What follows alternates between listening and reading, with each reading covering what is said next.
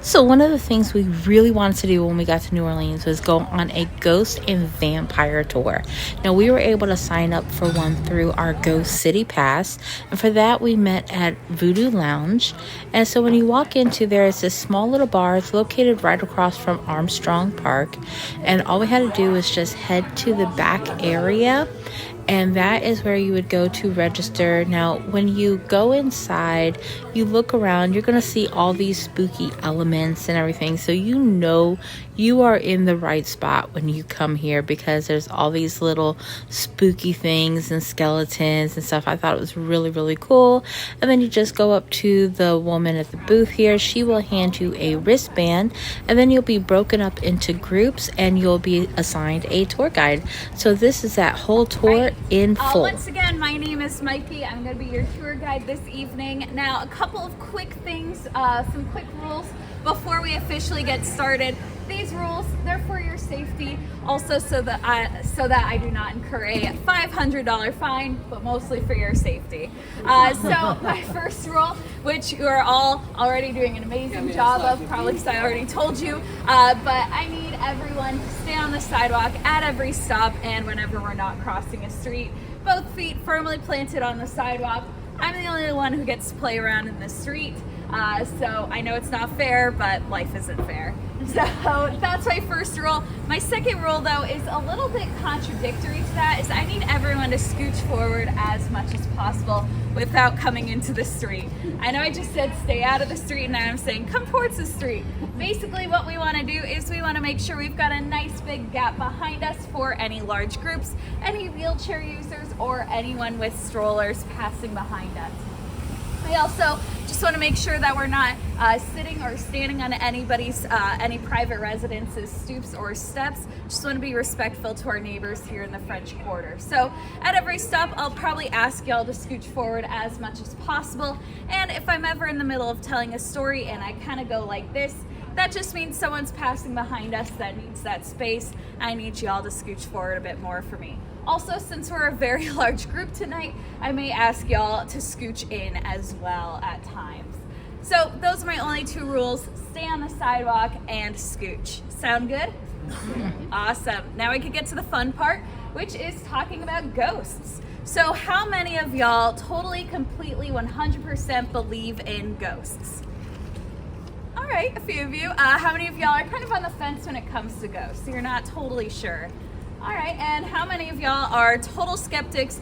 You just wanted to drink and walk around. That's fair. So I will say I am a true believer in ghosts. When I first moved to New Orleans, I was being shown around town by a friend who'd been living here for a while, and she decided to take me on a walk in a cemetery. Learned very quickly in New Orleans, we don't go for walks in parks, we go for walks in cemeteries.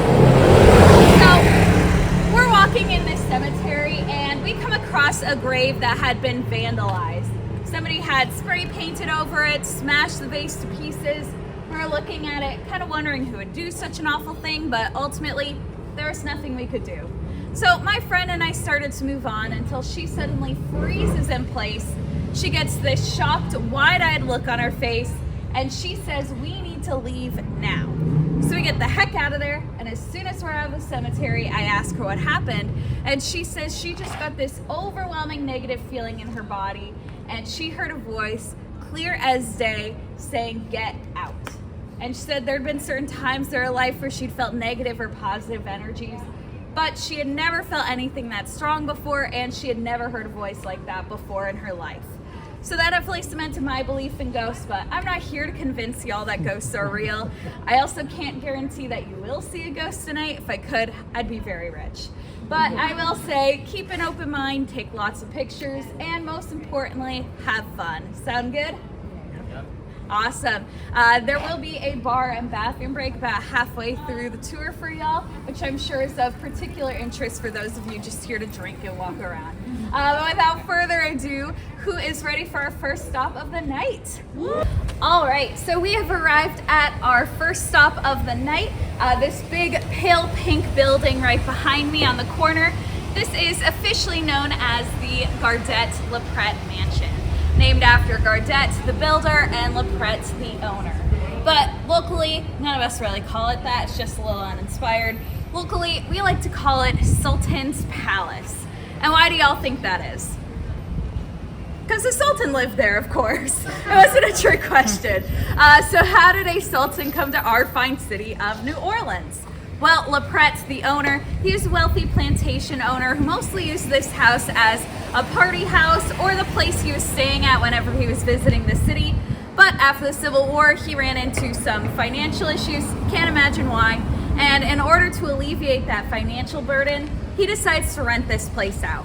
So he's going around town and he's having trouble finding anybody wealthy enough to afford this place until one day when a wealthy Turkish merchant comes to him, throws down an entire year's worth of rent right in front of LaPrette, and LaPrette, of course, can't say no. So who is this guy, this wealthy Turkish merchant? See, he'd been around town for a few months, but nobody really knew his name or his story. They only knew that he came from the Ottoman Empire or modern day Turkey because of the flag on his ship when it pulled into port. Other than that, they knew nothing about this guy. So they took to calling him the Prince or the Sultan. And this is for a couple of different reasons. First, he wore very expensive looking clothing, silks, perfumes. He was also very beautiful with blonde hair and piercing blue eyes. He also had an entourage of beautiful women and big burly men that appeared to be guards with him at all times. He looked like a prince, so they called him a prince. But it's said that if you called him a prince or a sultan to his face, he would get very, very angry and he would insist, "I am not a prince, I am not a sultan, I am simply a merchant, do not call me that." So he's very mysterious, and he and his entourage move into this house and they immediately start partying every single night. Neighbors can hear them going all hours into the night, screaming and screaming, and these are not screams of pain, if you know what I mean. And the neighbors are really mad about this, not because of all the noise they're making, but because they haven't been invited to any of these parties. Now, not inviting someone to a party outside of New Orleans, it's pretty rude, but they'll get over it eventually. Not inviting someone to a party in New Orleans, that is a major insult, people, okay? We love to party here, and we know how to throw a good one. But nevertheless, neighbors are never invited, and they can hear the Sultan and his entourage going at it all night long, every single night for 2 months straight. Until one night, when a storm blows through town, and the next morning, the house goes silent. Now, the neighbors are really confused because this place hasn't been quiet a day since these people moved in. So one of the neighbors comes down to check it out, and he's walking past those stairs right behind me, and he sees a thick red substance trickling down the steps, trailing out into the street. Any guesses as to what that is? Blood, exactly, it's blood. And he's pretty sure that's not supposed to be there. So he goes to the police, tells them what he saw, police come to check it out, and when they go inside, they are immediately met with body parts and limbs strewn everywhere. They describe it as a human tossed salad. They have to match body parts with body parts, figure out what goes with what, like some kind of human jigsaw puzzle. They have to do a literal head count. And there's one head missing, and it's that of our Sultan. So the police search the house high and low. They don't see any sign of the Sultan until they go into the back courtyard behind that low wall there. And they see, sticking out of the ground at a 45-degree angle, a hand, 5 fingers curled up as though clutching to life. They dig up underneath this hand and they find the body of our Sultan. His throat and lungs have been filled with dirt, which is a sign that he died of suffocation after being buried alive. So naturally, a few questions come up. Who did this? Why did they do this? And why did they chop the entourage up into tiny little pieces, but then bury the Sultan alive? Doesn't quite add up. Some people think, well, maybe pirates came into town and wreaked havoc. Other people, okay. They're trying to silence the truth about the Sultan. Others think maybe it was the jealous neighbors who were tired of not being invited to all the parties. They decided to just have a little party of their own. But what they find is that the Sultan wasn't a sultan at all, but the brother of a sultan. And he had stolen his brother's money, clothes, jewelry, and even his wives, and he fled the Ottoman Empire and came to live in New Orleans as a fugitive. Now when the real Sultan finds out what he did, he decides, what else? but to send an assassin after him. Now, I've got an older sister who loves to steal clothes from my closet, and whenever she does, I do want to send an assassin after her. So this is actually a very reasonable response, at least in my opinion. But it doesn't quite explain the different methods of murder. Well, at the time, the Ottoman Empire had a law that decreed you would be cursed if you spilled royal blood. So when the assassin gets here, he chops the entourage up into tiny little pieces, spills as much blood as he wants. But when it comes to the Sultan's brother, who's of royal blood, he buries him alive. No blood spilled. We love a loophole. So you can imagine with a history like that, this place gains a reputation of being very haunted. Since the Sultan lived here, it has been split into apartments. And in the 1950s, there was a burlesque dancer on Bourbon Street who lived in one of these apartments. She comes home one night and she sees, standing under that street lamp over there, a strange man with blonde hair and piercing blue eyes watching her. Now, she lives in New Orleans, so she's used to seeing drunk weirdos all the time, so she's not super worried about this until the next night when she sees the same man standing under that street lamp. Now she's a little more freaked out. Who is this guy? What does he want? Is he following me? She hurries home, she locks the door, she triple checks it, she hopes he doesn't try anything, and she hopes she doesn't see him again. The next night when she comes home, she doesn't see him again. She doesn't see anybody. She's very relieved. She goes into her apartment, takes a shower, she relaxes a little bit. She comes out of the bathroom, and there she sees, sitting on the edge of her bed, a strange man with blonde hair and piercing blue eyes. So she does what any decent Southern woman would do. She goes to her dresser and grabs her shotgun. She shoots at him, he disappears into thin air, and she moves out the very next day. But not everybody has had such a negative experience with our Sultan. In the late 90s and early 2000s, there was an old woman who lived in the penthouse apartment. She claimed to anybody who would listen to her crazy ramblings that she was actually really good friends with the Sultan. That every night they would watch Wheel of Fortune or Law and Order, they'd eat popcorn together. She also really liked to brag about her garden in the courtyard. And in her garden, she had one peculiar shrub growing out of the ground at a 45-degree angle, 5 distinct branches curled up into the air like fingers. Because after all, the Sultan was the first thing planted in her garden. Any questions? Space. All right, so how many of y'all are fans of vampires? All right, so a few of you. I will say I'm a huge fan of vampires. I mean, Twilight came out when I was 12, so I didn't have Those a choice. aren't vampires. I didn't have a choice. I was targeted. So what was that? True blood. True blood. Okay, yeah. Vampires don't sparkle. Some of them do.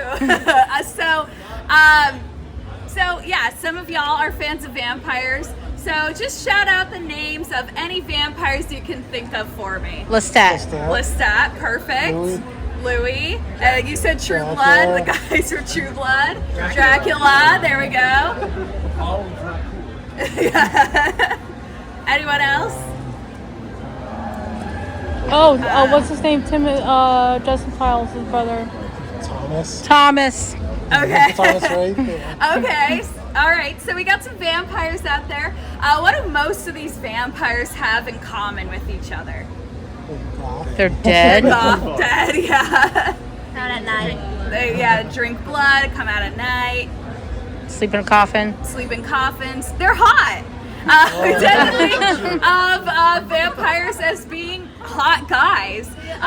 Sometimes I get some women shouted out there, but tonight I only heard guys, so just kind of proves the point. But you know, no matter what, just very beautiful, attractive people. And this idea was kind of popularized by books like Dracula. It was capitalized by Anne Rice with Interview with a Vampire, and the legacy continued on with books like Twilight, Vampire Diaries, and True Blood, just to name a few. But we didn't always have this idea of vampires being super attractive people. We actually used to think of them more as animal-like or inhuman-like, demonic creatures of the night we were absolutely terrified of. And when New Orleans was first founded, we lived under Catholic law.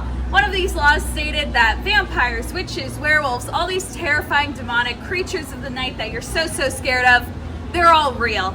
And if you don't believe in them, you'll be considered a heretic and you can be arrested for that. So whether they wanted to or not, everybody in New Orleans believed in vampires. And this has definitely led to our fair share of vampire panics throughout the years. I'll get into the details of one of those panics a little bit later on in the night. But right now, I want to talk a little bit about our modern day vampire subculture. So here in New Orleans, we have something called NOVA, which is the New Orleans Vampire Association. Members of this organization claim to be living, breathing, I guess unliving, not breathing, vampires. And we recognize two types of vampires here in New Orleans.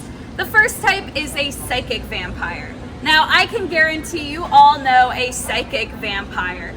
These are the people, when they come into the room, your energy just drains for seemingly no reason. You're trying to have a conversation with them and they're droning on and on and on. You're just begging for it to end. Could be a teacher you find particularly boring. You can't help but fall asleep during their classes.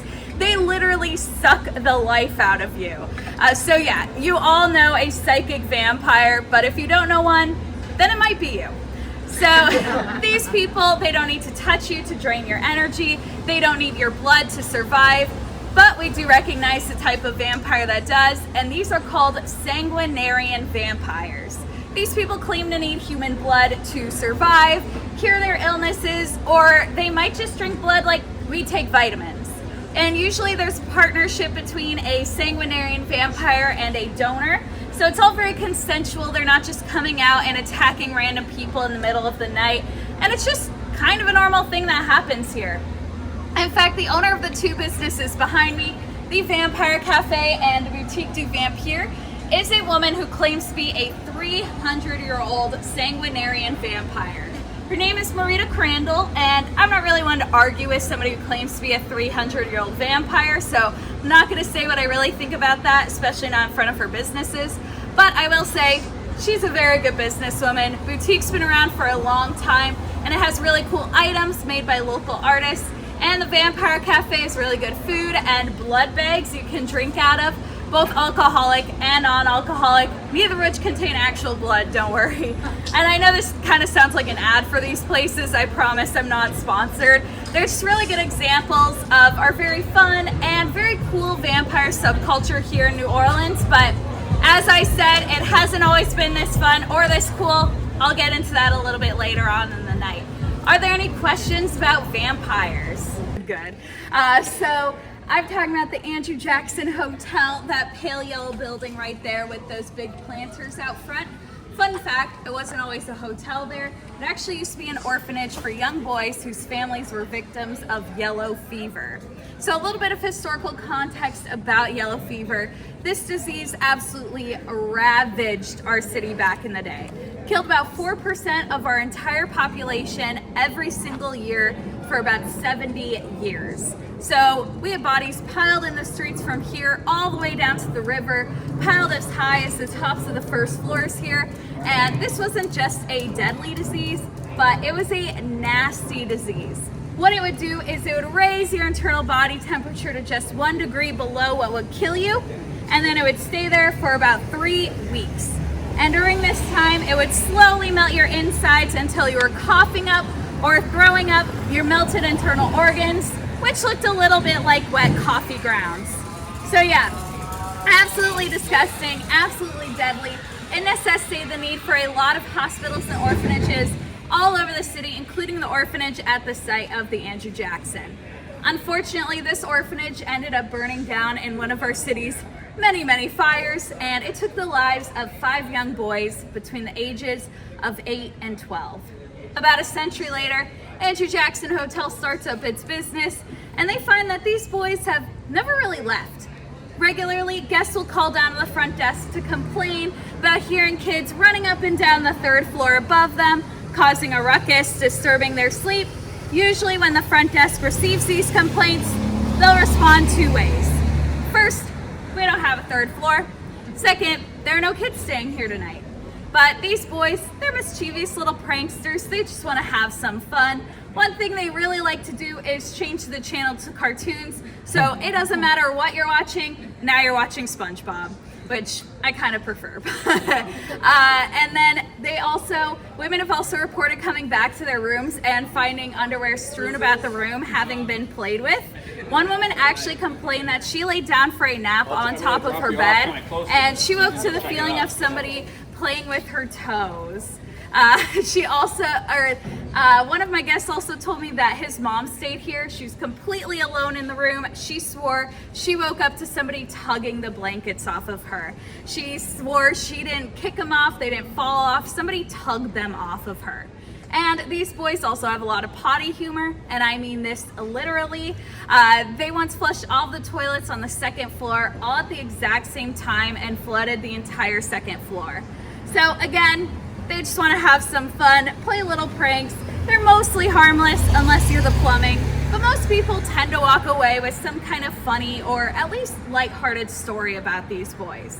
Except for one couple in the 90s. This couple, they were on their honeymoon. They were taking a ghost tour like you folks tonight, and they hear the story of the Andrew Jackson Hotel and they think to themselves, what is more romantic than spending the night at a hotel haunted by a bunch of children? So they decide to cancel their reservations at their other hotel and spend the rest of the week here at the Andrew Jackson. Week goes by, and on their last night, they end up calling the tour company to complain because they've been here an entire week and they haven't seen a single ghost. This place is not haunted. The tour lied to them. Now, believe it or not, this is not an uncommon complaint that we get in the industry. But what is uncommon is for people to call back and apologize. But that's what happened with this couple. A few weeks go by, the tour company gets a call back from this couple and they say, hey, sorry, we might have been a little too hasty saying this place wasn't haunted. See, we just developed our photos from our vacation, which is something you had to do back in, like the olden days. And we found there's one photo we did not take, and it's impossible for us to have taken. It was a photo of the two of them asleep in their bed, taken from ceiling height. So does anybody want to change their reservations? No takers? Any questions? So we have arrived at our bar and bathroom break. No, it is not this random building behind y'all or this school behind me, but I do briefly want to mention this school. So it's a French language school now, but it used to be a hospital for yellow fever patients. So yellow fever literally all over the city. A lot of the old big buildings were orphanages or hospitals. You couldn't escape it. But we're talking about the bar down there on the corner. It's called Lafitte's Blacksmith Shop. They claim to be the oldest continuously running bar in the United States, which is pretty cool, right? It's what we like to call in the industry a lie. They are not actually the oldest continuously running bar in the United States. That would be a bar in Rhode Island called the White Horse Tavern.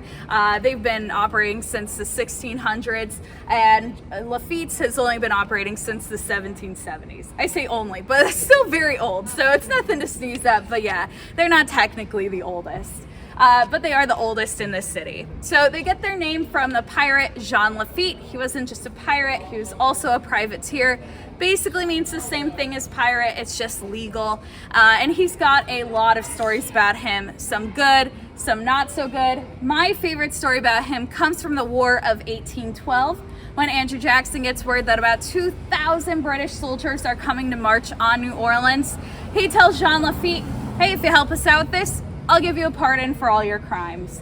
Jean Lafitte agrees. He shows up to the battlefield with about 200 men, mostly pirates, and they end up winning this battle with minimal casualties against 2,000 soldiers. So just goes to show you, pirates, they fight dirty.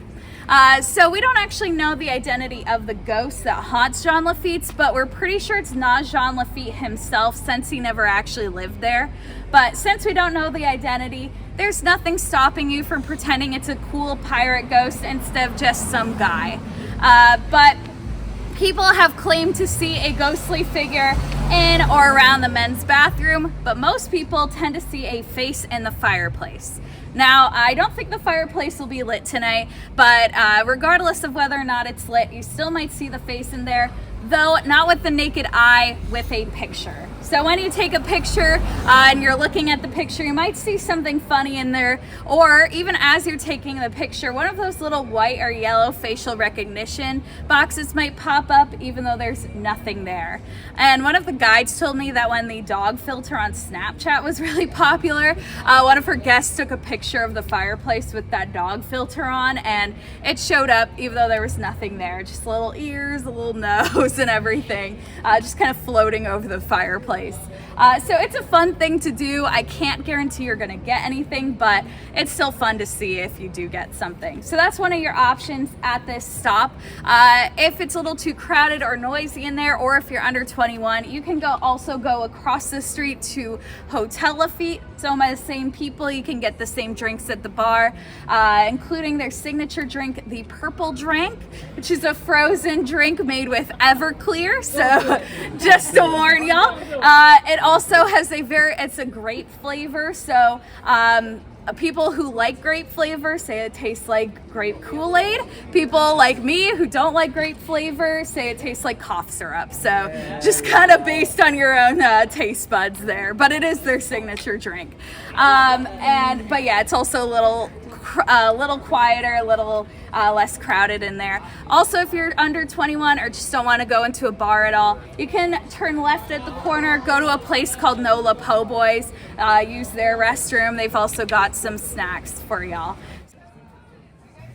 So during our break, we decided to go inside the infamous haunted bar and take a look around.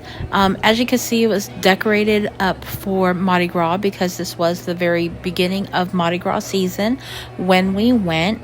And of course, we had to go like everyone else and check out that fireplace and try to take a picture to see if a face appeared for us, which, spoiler alert, it did not. So no face appeared for us in the fireplace, but it's still a kind of cool, fun story and everything, and everyone was there taking pictures and to see if they could catch a glimpse of the ghost in the fireplace. But overall, I thought the place was really, really cute. It had a lot of wooden accents and brick accents as well. Plus, there was a piano player that was there that had playing by candlelight, so that was kind of a romantic touch, I thought, actually. And the piano player was really good, so it was nice to kind of like take a break and listen to the piano player for a little bit. And then over in the back there was a courtyard that you could go and look around, as well as an extension of a bar which wasn't open at that time when we went. However, you could take a look around outside and just enjoy the cool night breeze, which was really nice. All right, everyone, we have returned from our break. So we're gonna get going on the next part of our tour. I do have a brief content warning, so if I could have y'all gather around just for this brief content warning for our next stop. So the next stop on our tour is considered the most evil, cursed, and haunted house in the city. And I do not say this lightly. People have gotten dizzy or sick or even passed out at this location. I'm also going to be going into some very gory and disturbing details of torture. I'll warn y'all before I get into the really disturbing details. But if you feel unwell or uncomfortable, or you just don't want to listen to it and you just want to step away from the group, please feel free to do so. I'll just warn y'all, it can get pretty crowded at that stop. It's the most popular stop on ghost tours, so if it is crowded there, just make sure you keep track of where the group is, or you can just cover your ears. Either way, I will not be offended whatsoever. I will not judge you whatsoever. Just want y'all to take care of yourselves. Sound good? Awesome. We'll get going this way then. So we have arrived at the infamous Lalaurie Mansion, that big gray building right there on the corner. So just a quick check, how many of y'all have seen American Horror Story Coven? All right, so quite a few of you. So this is Kathy Bates's character on that show. She plays a woman named Madame Delphine Lalaurie. For those of you who haven't seen the show, it's very dark and gory and disturbing. It does take a lot of historical liberties, but I can guarantee that anything that happened in real life in that house is just as bad, if not even worse, than anything that happened on that show. Now, when I say this is considered the most evil, cursed, and haunted house in the city, again, I am not exaggerating. I'll get into some of those stories in a second. But first, I want to give y'all a quick architecture lesson. That's what y'all came here for, right? It's architecture. Yeah, that's what I thought. Actually, yeah. So I'm going to be using the term gallery a lot throughout this story. When I say gallery, I'm not referring to an art gallery or a museum gallery. I'm referring to what's essentially a fancy balcony. But there is technically a difference between galleries and balconies. So a balcony is like what you're standing under right now, or what's right across the street, comes out about halfway to the street, and it doesn't have anything going down to the ground to support it. It's kind of freestanding. By contrast, a gallery like what's on the LaLaurie Mansion comes all the way out to the street, and it's got support beams going all the way down to the ground to support it. So nobody outside of New Orleans really cares about this difference, but we care deeply about this difference. So throughout the story, I am going to be using the term gallery. Just know when I say gallery, I'm talking about the balcony. So it is said that if you walk under the gallery of the LaLaurie Mansion, you'll be cursed or haunted by something, or sometimes even chased by something. We had a young woman on one of our tours who walked under the gallery. Next thing you know, she is sprinting down the street at full speed. She runs straight into a parked car, knocks herself out unconscious. When she comes to, we ask her what happened, and she says she was being chased by something. We asked her what it was, and she just said something. We had a woman call our offices a few months ago, and she said, hey, I walked under the gallery of the LaLaurie Mansion, and something followed me home and has been living with me for 3 months. What do I do? We asked her what it was, and she just said something. So when I say this place is not to be messed with, I really mean it is not to be messed with.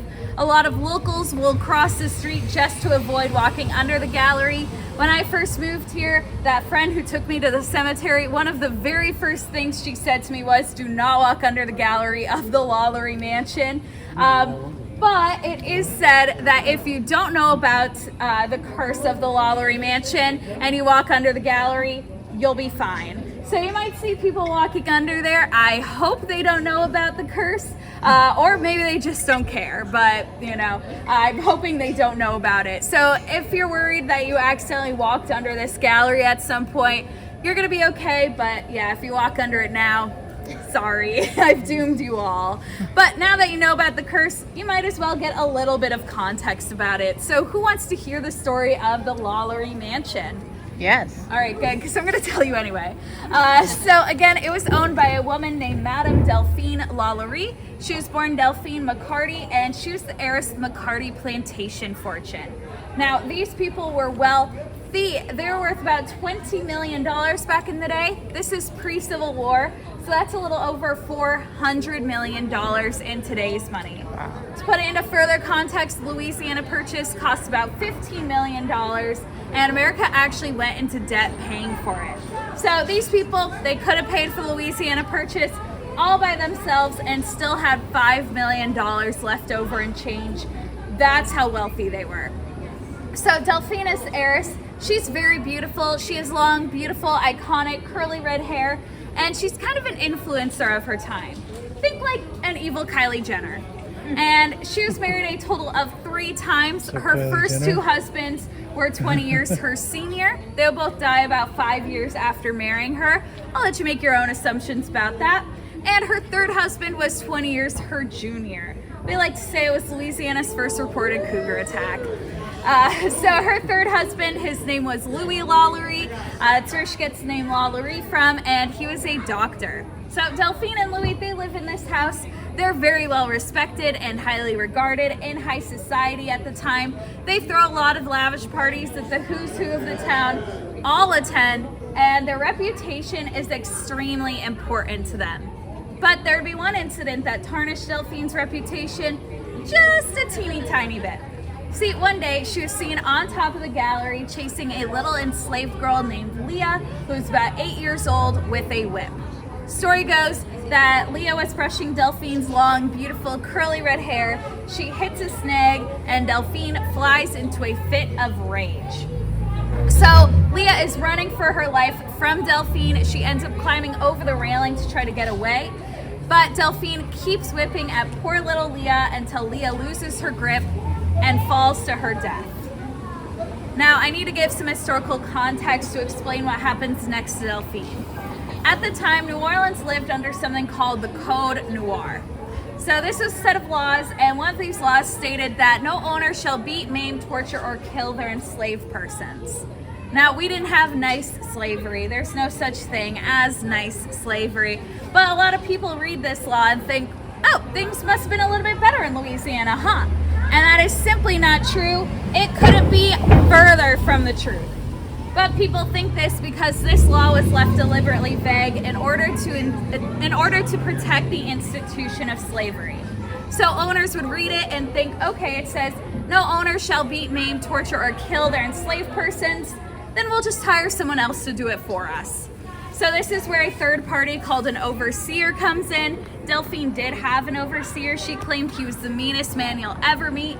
This is pretty rich coming from somebody who has already done something awful. But nevertheless, Delphine is seen beating and killing an enslaved person with her own hands. So she is fined a total of $300. That is it. That is the value they put on that little girl's life, and that's nothing, especially to someone like Delphine, who was worth $20 million at the time. But more importantly to Delphine, her reputation suffers because she had the audacity not to hire a third party to do this heinous act for her.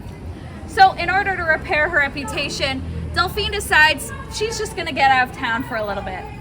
She goes to France where she lays low, hangs out, and then after about a year, she comes back into town and it's all good. It's all water under the bridge. Who cares about that little incident that happened a year ago? And she is back in good graces with the who's who of the town, throwing lavish parties yet again. Now, on the night of one of these parties, on April 10th, 1834, a fire breaks out in the kitchen. So firemen come, put out the fire, and as the smoke clears, they see an elderly enslaved woman chained to the stove. They ask her what happened, and she says, I set the fire myself. I would rather die than go upstairs. Now, upstairs were the enslaved people's quarters, so the firemen need to get up there in order to rescue anyone still trapped inside. They also want to know what could be so awful in this room that this woman would attempt to take her own life just to avoid it. So first the firemen go to Louis and they ask him for the key to that room, and Louis says, look, what happens behind those doors is my wife's business only. The firemen say, we can do this the easy way or we can do this the hard way. Either you give us the key or we're gonna break down the door, but either way we're getting into that room. So Louis says, fine, I'll get you the key. He leaves and doesn't come back. So the firemen end up breaking down the door anyway. What they see inside of that room has them sobbing uncontrollably, vomiting the contents of their stomachs into the street. These are hardened men and they are deeply disturbed and distraught by what they see in that room. So you can only imagine what the people in there must have felt and suffered. So this is where I'm going to go into some details of torture of enslaved people. If you don't want to listen to that, I totally understand. Now would be a good time to either step away or cover your ears. So first, they see a group of enslaved men who are suspended from the ceiling by chains, standing on their tiptoes with collars around their necks. And inside of the collars are spikes pointing inwards and upwards. So, sorry, it's just ruining the mood a little bit.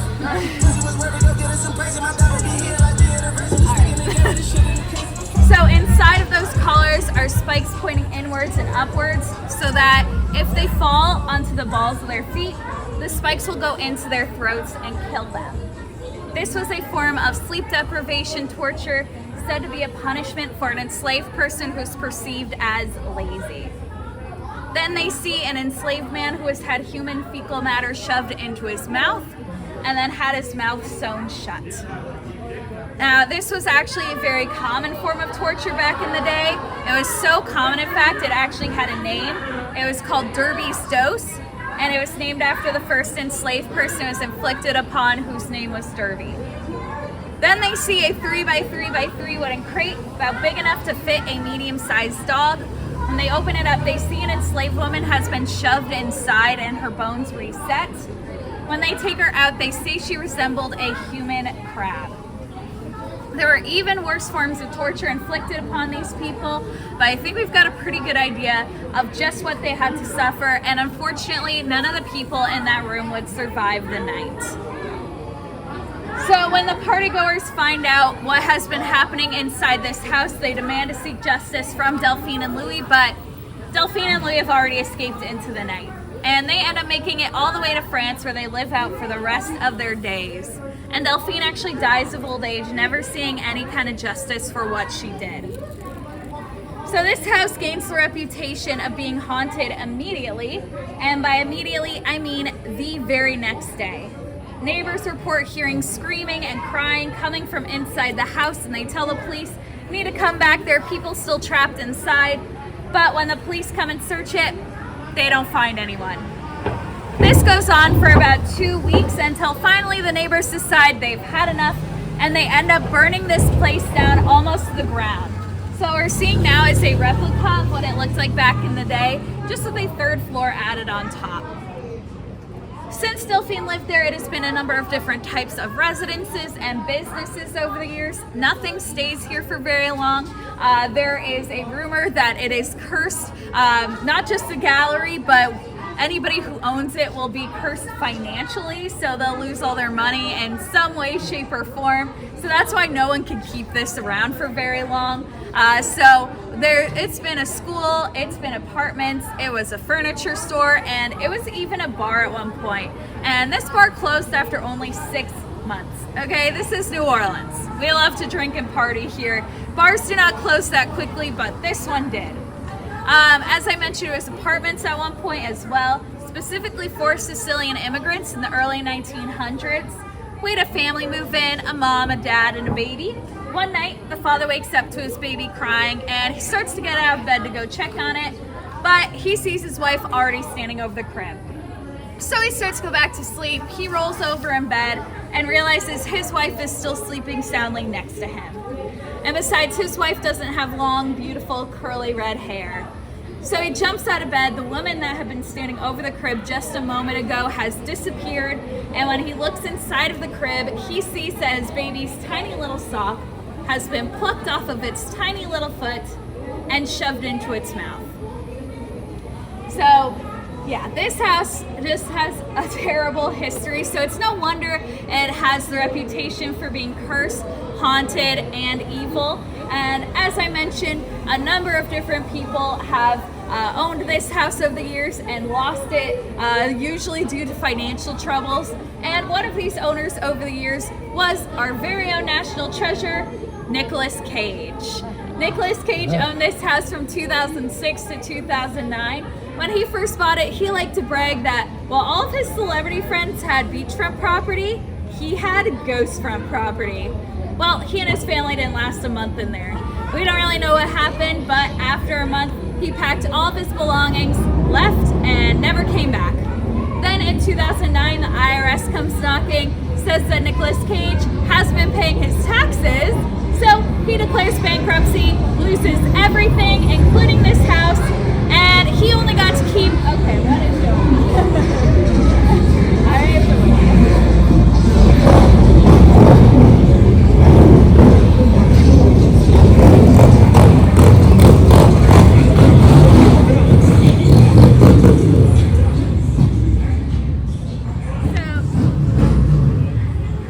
So yeah, Nicolas Cage lost everything, but he did get to keep his wedding ring and that pyramid-shaped tomb of his in St. Louis Cemetery number 1, which is said he built in order to counteract the curse of the Lalaurie Mansion.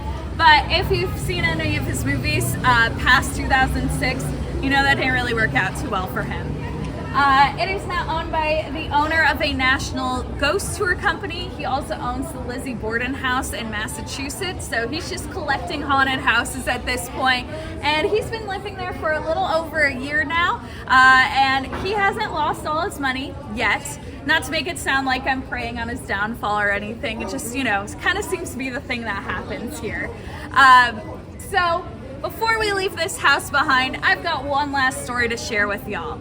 So one of the guides who trained me told me about a tour she had once in which there was a little 4-year-old girl who was very calm, very quiet, very well behaved. The entire tour didn't say a word until they got to this house.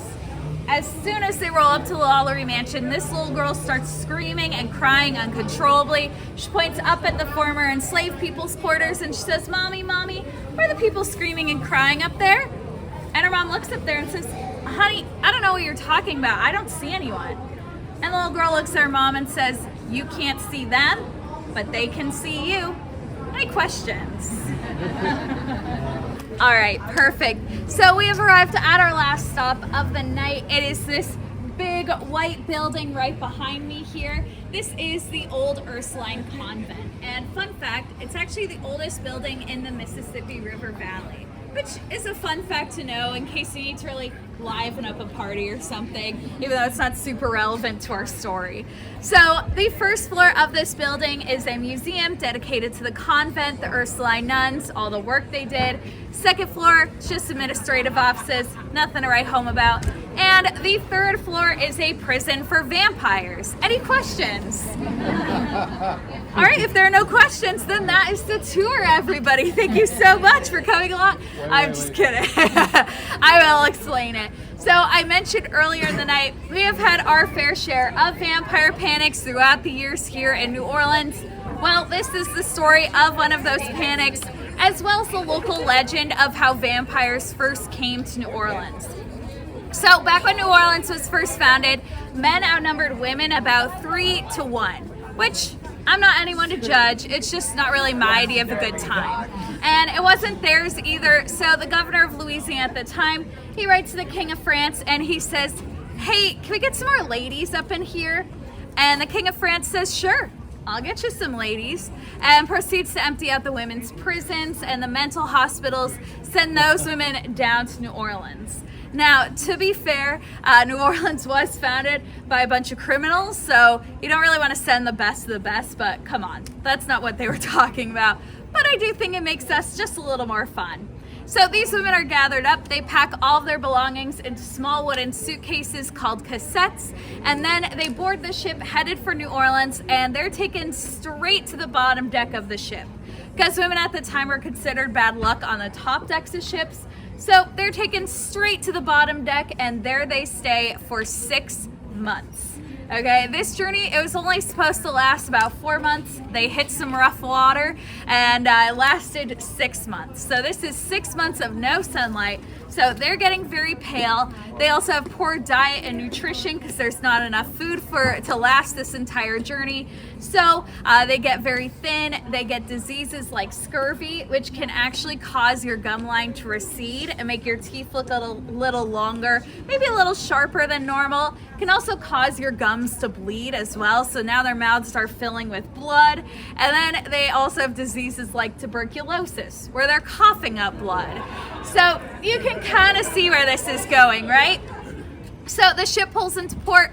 The men all go down to the dock. They're waving their handkerchiefs. They're so excited to meet their beautiful young brides. And out of the ship comes shambling these thin, gaunt-looking creatures of the night who turn their faces away from the sun. They have long, sharp-looking teeth that look ready to sink into their flesh, blood all over their mouths, and snow-white dresses. And they're dragging those cassettes behind them, which look a little bit like coffins. They become known later on in history, the La Fille de Cassette, or the Casket Girls, as it's been Americanized over the years. And they are what we like to say were our first vampires. And the men, who, remember, everybody believed in vampires at the time, they take one look at these girls and they run in the opposite direction. Now, the nuns have a slightly different approach. They decide to take these girls back to the convent, where they are never seen again. Now, this is where history kind of becomes legend. We get a few stories that explain what happened here. One story says the nuns take them back to the convent.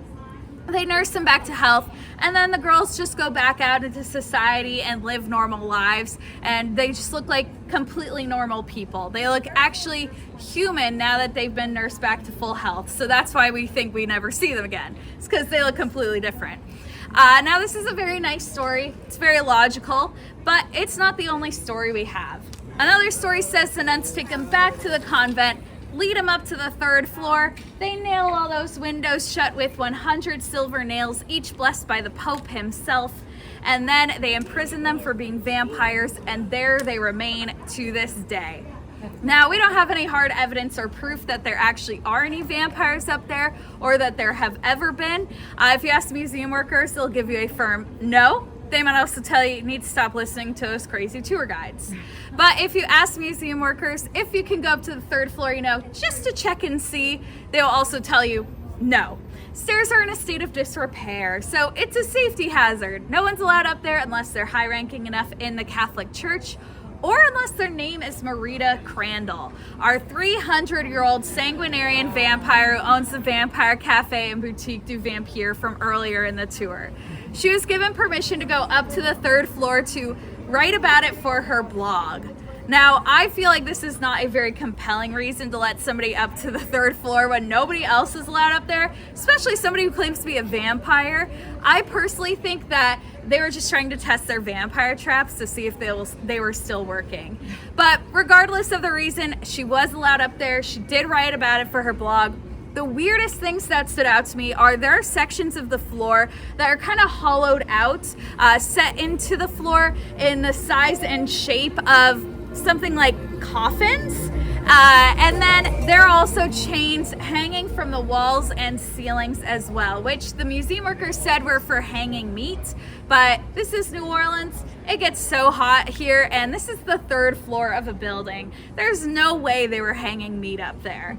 But that's the story they're sticking with, so I guess it's not necessarily hard evidence or proof of vampires up there. There have also been rumors that during really bad storms, like hurricanes, one of those shuttered windows will break open, something will come flying out over the city looking for a midnight snack or something, but again, no hard evidence or proof.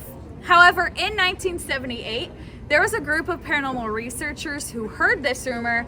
They decided to come down to New Orleans and catch themselves a vampire. So they set up a camera to record the 3rd floor all night long. There are 2 women watching as well. Now, I'd love to tell you what was on that camera, and I'd love to tell you what those women saw. But the next morning, the camera was found smashed to pieces, and the women were found lying dead on those church steps. Their arms across their chests in repose, and according to the coroner's report, they were found drained of 90% of their blood. And all they had to show for it was a small 3-inch gash underneath their shoulder blades. Coroner said this was a medical impossibility, that the only way to drain that much blood from that wound was to suck it out through a straw. So again, I can't confirm or deny if there are actually any vampires up there, but I'm not gonna wait around here to be someone's midnight snack. And that is the tour to make sure y'all don't become someone's midnight snack. I'll give you some directions out of here. So these are some of the photos that we took during our ghost and vampire tour, which we had such a great time doing. I definitely would recommend, if you plan on going to New Orleans, for you to sign up for a ghost tour as well. We were able to do this one through the Ghost City Pass, which the Ghost City Pass definitely did save us a lot of money, about $100 per person. I would only recommend it if you plan on doing at least 3 or more activities though. However, it was a great deal. And if you want to see what else we did while we were in New Orleans, go check out my other videos. The Ghost and Vampire Tour was on day 3, and we were there for a total of 5 days. Now, normally most of my videos are about San Antonio, since that is where I live. So if you are living in San Antonio or you plan on visiting San Antonio, also go check out those videos. And if you enjoyed this video, please hit that like button and subscribe as well, because it definitely also hit that notification bell so you know when I have more videos coming out. And remember, I am the key to your best